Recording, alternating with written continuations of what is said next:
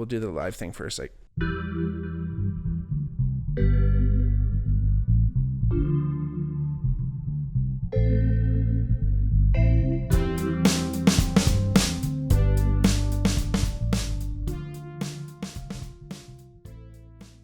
hey everybody, welcome back to the Bigmark Podcast. It's me, your host, Bigmark. If it's your first time watching, welcome. If not, welcome back. Like I always say, if you ever wanted to reach out to the podcast, hit us up in our DMs or in the comments if you're watching on YouTube, or if you're watching on Spotify. I know they have comments now. Or hit us up at the, like I said, on the DMs on Twitter or Instagram at the Bigmark Pod or at the Bigmark Podcast. If you ever wanted to let us know about an episode or, you know, a topic that you wanted us to cover, or come and join us here on the podcast itself. So again, thank you all for listening. That's by far the best way you can support the podcast if you're wanting to support the podcast, which I hope you are since you're listening. But by listening and telling a friend and liking the video and subscribing to the channel, all that stuff, that's the best way you can support the podcast. And then check out our Patreon, patreon.com/BigmarkPod. We got a couple other levels there that you can help us keep the lights on, so to speak. I'm super excited about today's episode. It's kind of one of these episodes where once I read the book, it was almost like even more motivation to do. We're going to be talking about The War of Art by Steven Pressfield today. I got my little copy right here. Tremendous book, part of the Joe Rogan reading list, if you will. Like many books I've gone over here. This is a book that Joe used to talk about. I'm pretty sure he keeps, like, again, they're $12.95 in the US, $18.95 in Canada. And it's like, he just like has stacks of this and he gives it out to his friends. Because if you're an artist, honestly, any type of creative, you don't even have to necessarily be an artist. Even if you're an entrepreneur or just in life, you know, to think that creation and creativity only exists in an artistic realm is folly. And it's not true, because everything we do is creation. Waking up, every step we take, we're bringing those things into the world that may have never happened if it wasn't for our intervention, right? So, you know, the subtitle of this is Break Through the Blocks and Win Your Inner Creative Battles. Again, obviously Steven Pressfield himself is a writer. He writes like, he wrote like a bunch of like historical retellings, if you will. I don't know if I'd go as far as calling them historical fiction, but he'd basically like, you know, like take the Battle of Troy or something and like write it from like a soldier on the field's perspective, more or less. So super interesting writer, but he's the kind of guy who takes his own advice. And, you know, one of the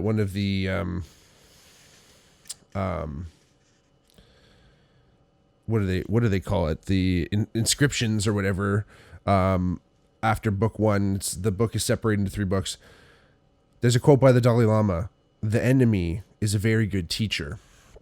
And Steven Pressfield goes on to identify the enemy as resistance, and resistance being anytime you have that feeling that you don't want to do something. And it's usually accompanied by feelings of doubt and ideas and all these different sayings and quotes you've had in your head, or even procrastination of all types, doing something else instead of doing what you want to be doing or should be doing. These are all forms of resistance, and resistance is clever, and resistance is unrelenting, and resistance will always find a way to try and best you. So that's the war, is really against resistance. The war of art is against resistance to create, because for whatever reason, this resistance exists, and most artists that we know of, or the ones that do create things worth anything, are the ones that can overcome this resistance. And one of the cool things that Pressfield says in this is that, you know, to think that at some point as a creator, you're going to be unafraid of the daunting task that is creation. Again, writing a song is the only place I can kind of come from. It's a scary fucking notion. Like you are creating something, bringing something into this world that didn't exist before, and it's your baby because you made it. And if it stinks, you're the only one responsible for it, but you can't think about if it's going to stink. You can't even really think about if it's going to be good. And that's another thing that Pressfield says, is that to win the war of resistance is through consistency and just showing up and doing your job. And, you know, Pressfield kind of treats it as, at least his approach is very much like, you're sitting down, you're going to work, you're putting your work boots on, and you're fighting that resistance all day. And if you show up with one paragraph written by the end of the day, or half a manuscript written, you're on top, and you've won the war that day.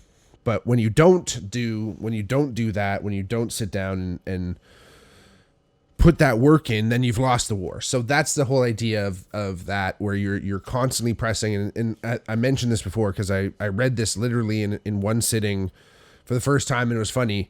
I knew I hadn't read it. I knew I hadn't read it. Read in it.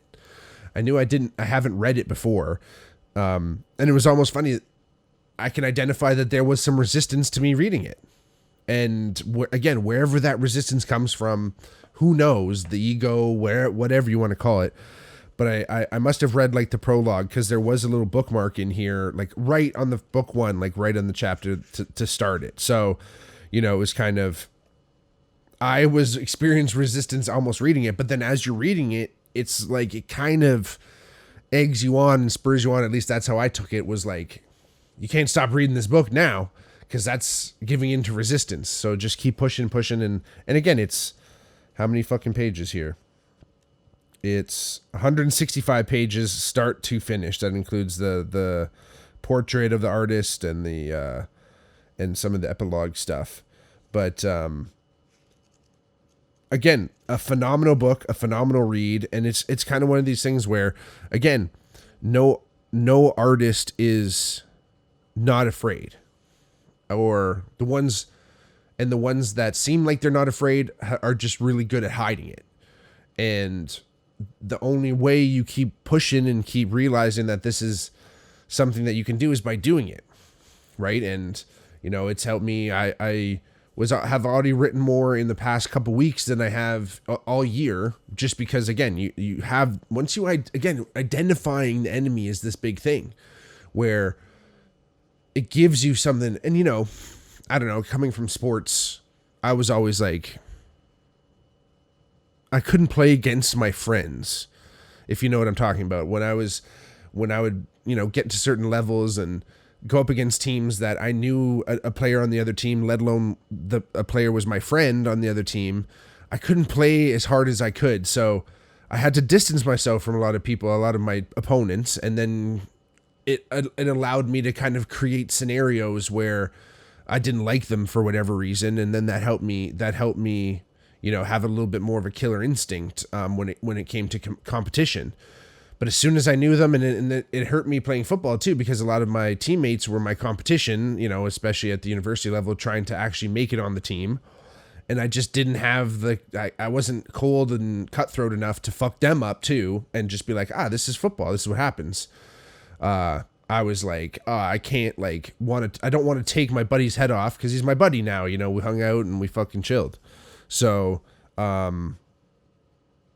when you're identifying the enemy, I think what Steven Pressfield does is he allows you to kind of like focus some of that energy and focus some of that same drive that I'm talking about. And yeah, maybe concoct some fucking stories. I know that's what like Larry Bird used to do. I heard stories that he would talk about, he'd make up stories in his head that this guy did some shit to him, or or even if he did, whatever. But like, this idea that you kind of need to be able to focus that energy at somebody or at something. And I think Pressfield does that, and he does a really good way. Again, he does a really good way. Each page, kind of, or sorry, he like I said, the book is divided into 3 books, smaller books, and each one has like these different lines in them. It's kind of like a header and then like some talk. So like, there's some of these pages are like super short. Like I want to see if I can find like a short version. Resistance and criticism. So like this is an option. Or resistance and self-doubt. These are some headings, and it would say, self-doubt can be an ally. This is because it serves as an indicator of aspiration. It reflects love of something we dream of doing and desire to do it. If you find yourself asking yourself and your friends, am I really a writer? Am I really an artist? Chances are you are. The counterfeit innovator is wildly self-confident. The real one is scared to death. So again, that kind of, it talks about that, and that's that introduction to what is resistance and what does it mean. And then he kind of goes into in book 3 is a little bit interesting, because he almost goes into like a little bit of a, not, I wouldn't say fully woo woo, but he starts to go into this realm of inspiration and the muse, you know, in capital M, you know, where do they come from? And in fighting resistance and putting yourself into that creative realm, you're opening yourself up to this higher collective unconscious, you know, realm of forms, the platonic realm, whatever you want to call it. You're opening yourself to that by entering into this, again, it's like a martial art. It's this war against resistance. You are fighting into it. You're disciplined. You're entering into this realm of competition against resistance, and you are kind of channeling this other thing. And you know, he talks about his exact process, and he has a prayer to the muse that was actually from Homer's Odyssey. And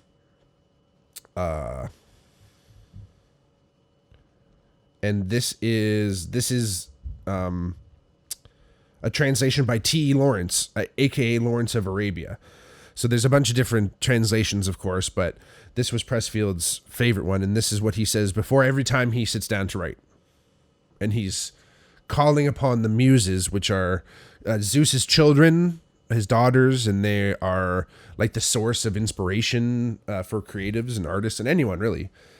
O divine Poesy, goddess, daughter of Zeus, sustain me for this song of the various-minded man who, after he had plundered the innermost citadel of hallowed Troy, was made to stay grievously about the coasts of men, the sport of their customs, good and bad, while his heart through all the seafaring ached with an agony to redeem himself and bring his company safe home. Vain hope for them, the fools, their own witless cast them aside, to destroy for meat the oxen of most exalted sun, wherefore the sun god blotted out the day of their return. Make his tale live for us in all of its many bearings, O muse. So again, it's like, you know, it's talking about, there's a part in the Odyssey where they're kind of coming back, and if you know your classics and you know the Odyssey, Odysseus like went and came back and like almost made it back to Troy, and then something happened with some fucking, they disobeyed some gods or whatever, sold some oxen, ate some, I can't remember exactly the thing, and then they got sent back and they had to like redo their whole fucking journey again, more or less. Anyway, it's kind of like this idea of that that resistance never ends. You know, you are always going to be fighting against that resistance, and the muse hopefully will guide you in your way. And it's interesting, like, you know, in the book, Pressfield talks about it a lot more, and he makes a lot more sense of like kind of, you know, what that poem kind of means to him, and you know what he does with it, right? So again, this is that whole idea of you're entering into this world, you're entering a place of creation, whether that's in your mind, whether that's in your study, however you want to look at it. The realm of creation, I should say, exists within reality, exists in this different place outside of reality, if you will, in the sense of you as the artist are making a conscious and subconscious decision to take a step back and look at the world through a different lens, lift the veil, look behind the curtain, step out of the cave, do all these things, and bring the information back to everyone else who, again, has let resistance win, or just doesn't even know where to start, or don't think that they're creative. Everyone's creative.